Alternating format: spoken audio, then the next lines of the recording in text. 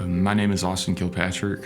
I was born and raised in California, and in '05 I moved to Mississippi, and I've been there ever since. My mother and father had divorced when I was 4 years old, and so there was always kind of a hole there in my life. And family relations were always somewhat distant. I was just always kind of different. I ended up getting into the wrong crowds and, of course, being influenced by the wrong people, and of course, eventually becoming that terrible influence myself.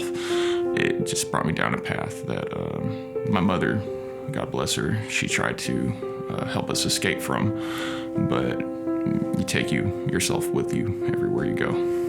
So that became a recurring issue. Everywhere we went was my own self-will, as I said before. Evil had brought me to my knees. The enemy had stolen everything I had, and I gave it to him willingly. I didn't like to think so in the midst of it, but it was, I was just handing it over here. The whole time kicking and screaming and looking up at God and blaming him for every little bit. I eventually, after multiple arrests, I ended up being arrested on a probation violation, and I was facing, including the backup, I was facing up to 30 years. And rather than go back and do that 10 years and have that charge waiting on me when I get out, somehow that charge ended up being dissolved. It just kind of disappeared. And my probation has been reset, and I was told that I had to come to Heartland for a year. I came here thinking that I was going to probably just, go through the program and get back out and try to do this the right way, but I didn't quite realize the depth of and the gravity of that right way. The right way I had in mind was just staying sober and living a life that my parents could be proud of,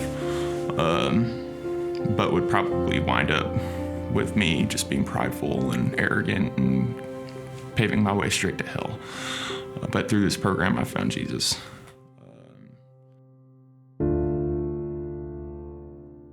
What's made the biggest difference in the past year during my time at Heartland? Friendships. Of course, my relationship with Jesus, but I finally realized what an actual relationship with individuals looks like, rather than just being influenced by culture, drugs, what's fun in the moment. Because what's fun in the moment, 9 times out of 10, it's not going to be fun later.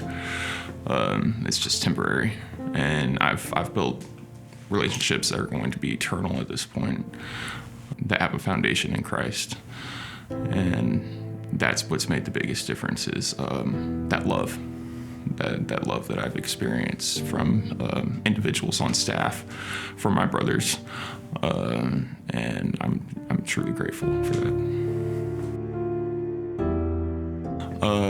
Well, I came in here with nothing. My father was done with me.